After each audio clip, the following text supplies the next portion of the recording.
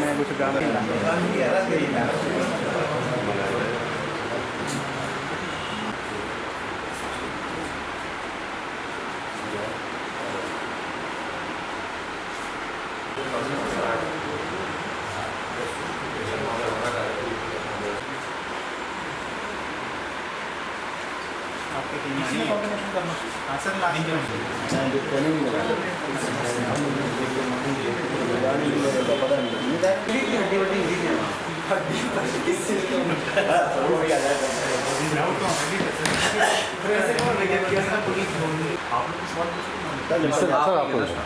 जी sir.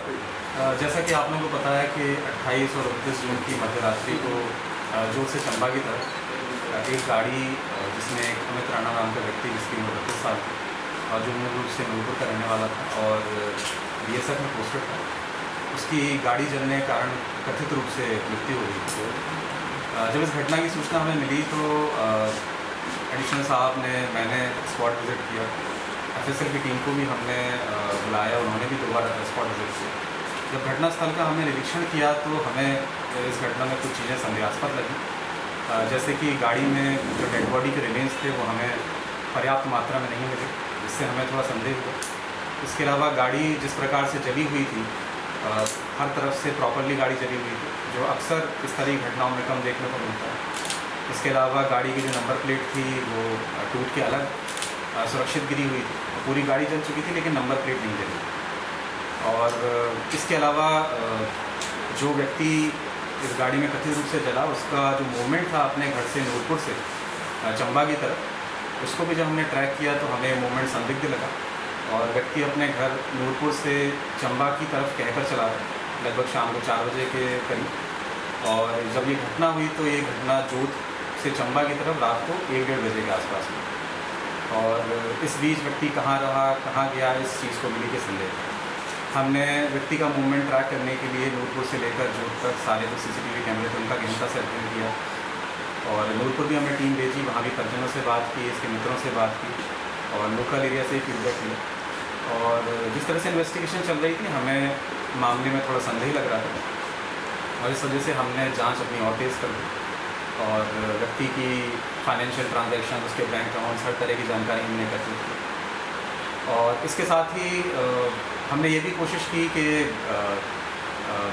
जोत से चंबा की तरफ रात को जो बसेस चलती हैं उनसे भी हमने पूछताछ शुरू की। तो जब एक बस के ड्राइवर से हमने पूछा कि जिस दिन घटना हुई उस रात कोई व्यक्ति रात को 2 बजे के अराउंड या उसके आसपास बस में तो नहीं चढ़ा, तो हमें ये सूचना मिली कि एक लंबा सा व्यक्ति जिसकी हाइट है के अराउंड वो रात में उसने बस बोर्ड। इस सूचना मिलने के बाद हमने चंबा बस स्टैंड पर हमने CCTV कैमरों को देखा जहाँ पे ये व्यक्ति जो कथित रूप से 29 मई को गाड़ी में जल के मरा था, इसकी हमें फुटेज देखने को मिली, जिससे हम ये आश्वस्त हो गए कि व्यक्ति जीवित है। इसके बाद हमारा दूसरा चैलेंज ये था कि हम ये पता लगाएं कि व्यक्ति है कहाँ। इसके लिए हमने ये जांच शुरू की कि व्यक्ति के करीबी लोग कौन है, इसके मित्र कौन है, इसके सबसे करीबी मित्र कौन है। तो एक मित्र का हमें इसका पता चला, जिसके बारे में हमने जाँच पड़ताल शुरू की तो पता चला कि एक पेशे से ट्रक ड्राइवर है और सदर्न स्टेट्स में जैसे कि कर्नाटका, तमिलनाडु और गुजरात की साइड ट्रक चलाता है। और उसी जांच को जब हमने आगे बढ़ाया तो हमें इस बात का भी संदेह हुआ या शक हुआ कि होना हो ये जो व्यक्ति कथित रूप से मरा है गाड़ी में जल के, ये भी अपने मित्र के साथ ही है। और जब इस तरह की शंका में पैदा हुई तो हमने एक टीम, जिसको हमारे पीछे जो हेड कांस्टेबल बलविंदर हैं, प्रदीप हैं, इनके नेतृत्व में हमने एक बेंगलोर टीम भेजी और हम उम्मीद ये कर रहे थे कि व्यक्ति जब बेंगलोर से निकलेगा तो हम इसको डिटेन कर पाएंगे। और उम्मीद के मुताबिक ही जब जो कथित रूप से व्यक्ति की मृत्यु हुई थी वो और उसका दोस्त एक ट्रक में बैठ के बेंगलोर से चेन्नई की तरफ जा रहे थे, तो हमने उनको इंटरसेप्ट किया, इनको रोका और ये व्यक्ति जो कथित रूप से 29 तारीख की रात को जल के मरा था ये हमने उस ट्रक में निकाला। इसके साथ ही इसको पकड़ने के बाद जब हमने इससे पूछताछ शुरू की कि ये इसने अपनी मृत्यु का ड्रामा या ये पूरा खेल क्यों रचा, तो इसने हमें ये बताया कि ये पिछले काफ़ी समय से फाइनेंशियल डिस्ट्रेस में था, आर्थिक तंगी में था और इसने लगभग 40-45 लाख रुपए का लोन ले रखा था, जिस लोन को चुकाने की इसकी क्षमता नहीं थी और पैसा ये उड़ा चुका था। तो तो इन सब चीज़ों से परेशान होकर इसने अपनी मृत्यु का ये ड्रामा रचा और व्यक्ति को हम बेंगलोर से पकड़ के यहाँ चंबा ले आए और जो भी इसमें कानूनी कार्रवाई होती है व्यक्ति को पुलिस को।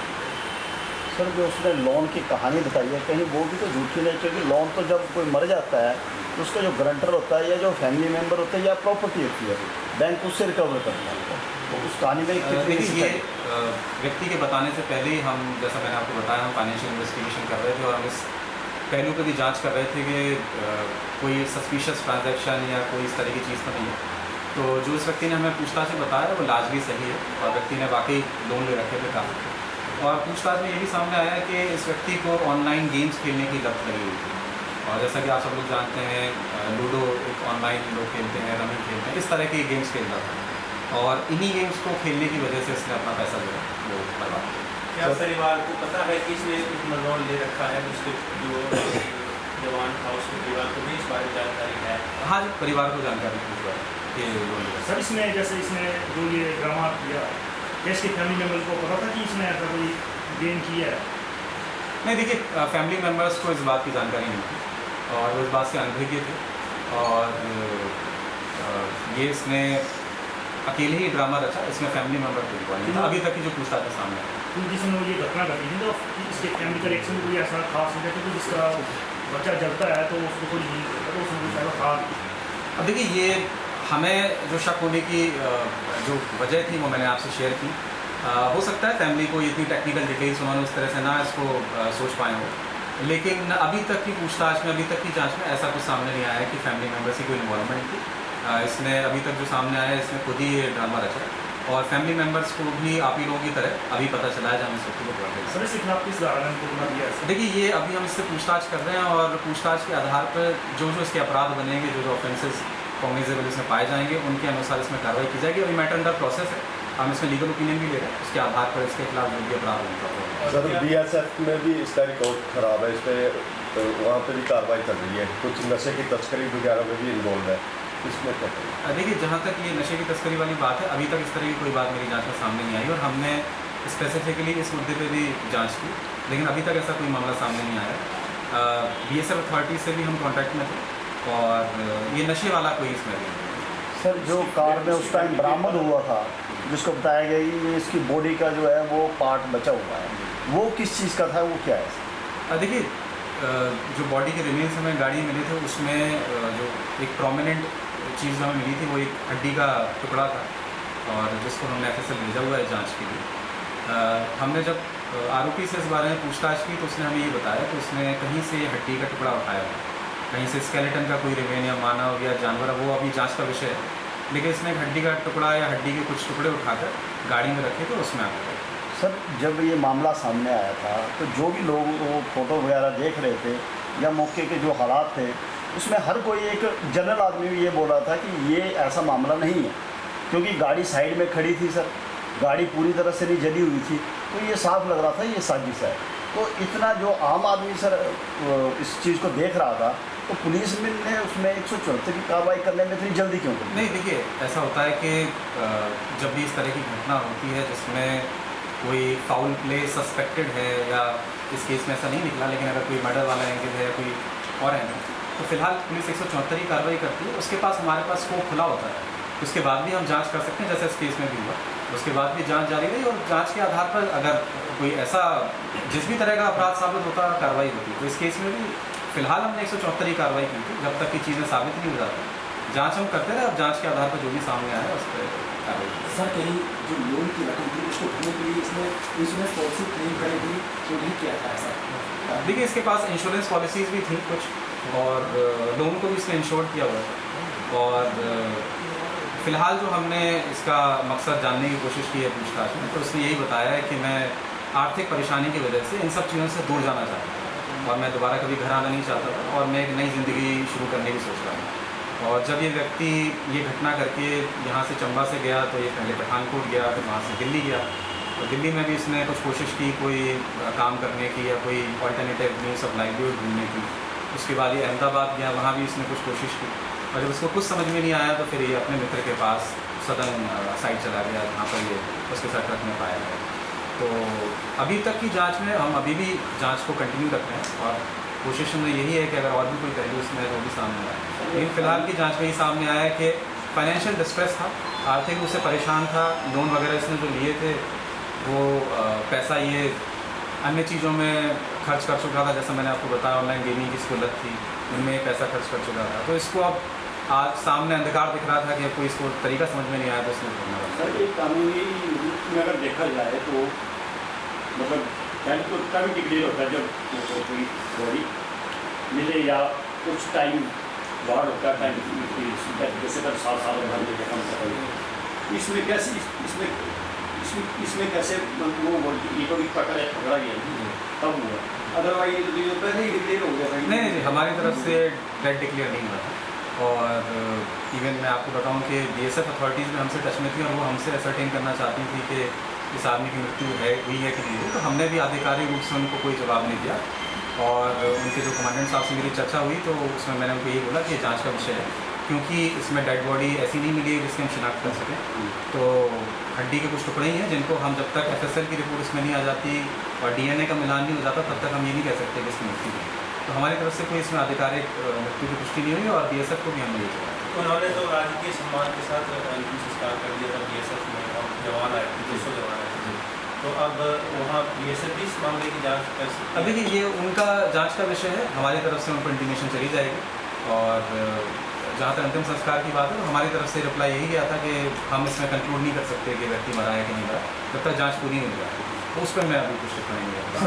कहाँ पोस्टेड है सर और कहाँ का रहने वाला? ये देखिए मूल रूप से नूरपुर का रहने वाला है और ये राजस्थान।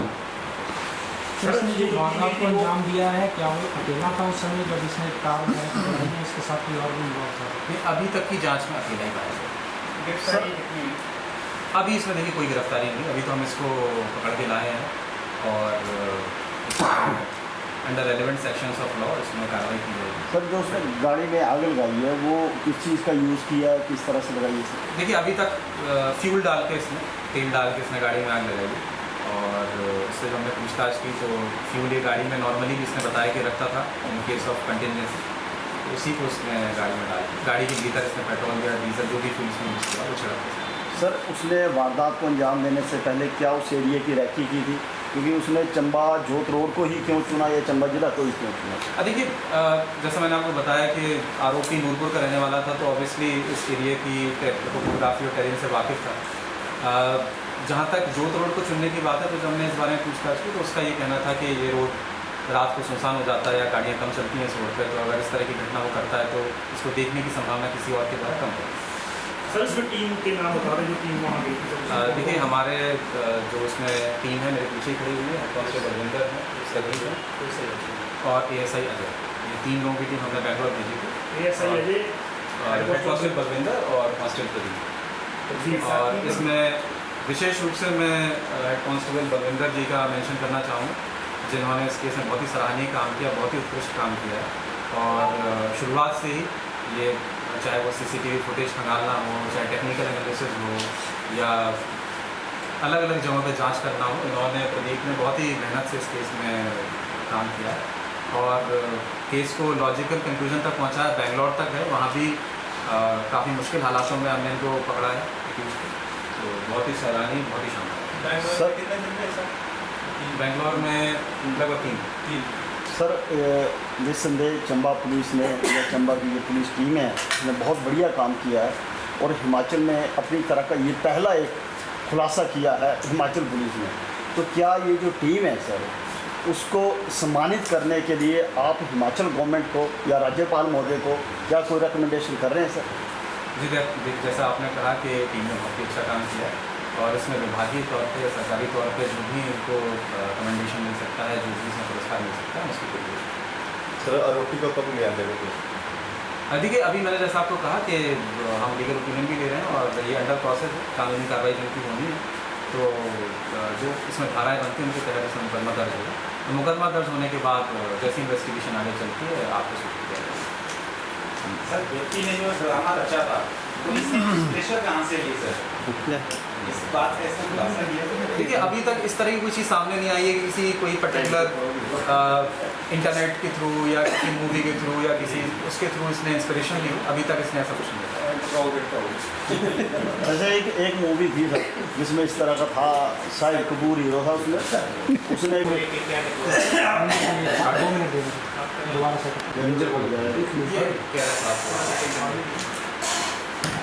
फोटोग्राफ में सर दिखाइए सुरक्षा आप शॉर्ट